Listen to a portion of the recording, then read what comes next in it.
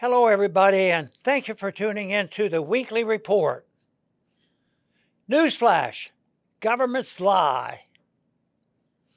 Bureau of Labor Statistics head is one of the latest persons President Trump has told, "You're fired."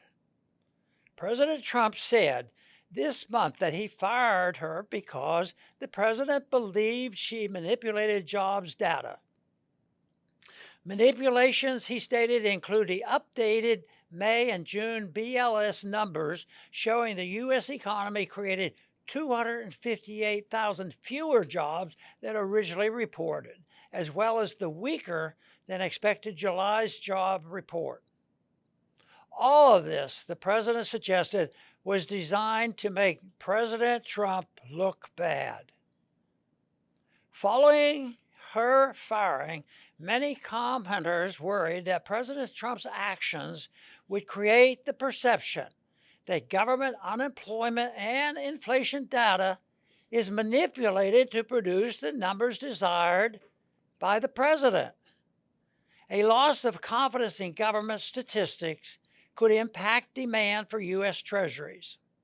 This is because the value of Treasuries is adjusted based on the BLS-issued Consumer Price Index. If investors don't trust the CPI figures, they can demand higher returns, increasing government's interest payments. President Trump is correct that BLS manipulates statistics related to the economy, but he has been doing so since long before Donald Trump moved to the White House. For example, starting in 1994, the BLS stopped including discouraged workers who have stopped looking for work in the official unemployment category. The BLS also includes those working part-time as employed, even if the only reason they are working part-time is they cannot find full-time work. According to John Williams, publisher of the website Shadow Stats, including discouraged and part-time workers who want full-time work in the unemployment figures increases the unemployment rate by almost 20%. The government also understates the effects of inflation. One way it does this is by using chained CPI.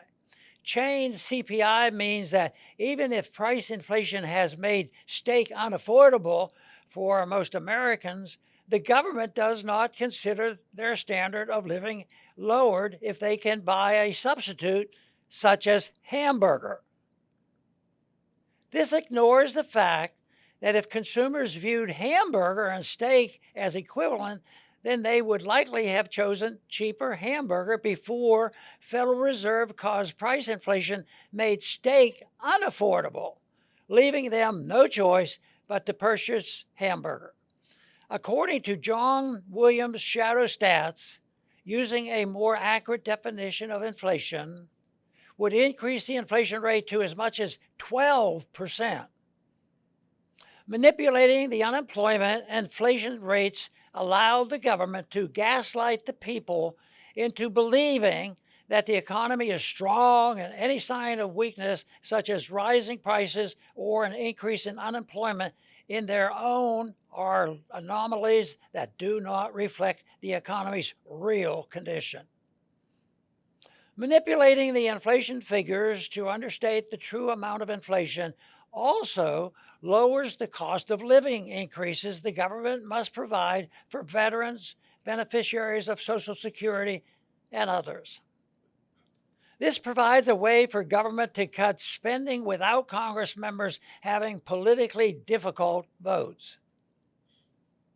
President Trump has done a service by highlighting that government statistics regarding the economy are manipulated. Many of those criticizing President Trump for endangering the credibility of government's inflation and unemployment numbers are either unaware of or more likely have no problem with manipulating data to fool the public into thinking the welfare warfare state and the fiat monetary system are working. They only object to manipulating the data to benefit President Trump. President Trump should ensure the government's unemployment and inflation figures are as accurate as possible by appointing John Williams of Shadow Stats to head the Bureau of Labor Statistics.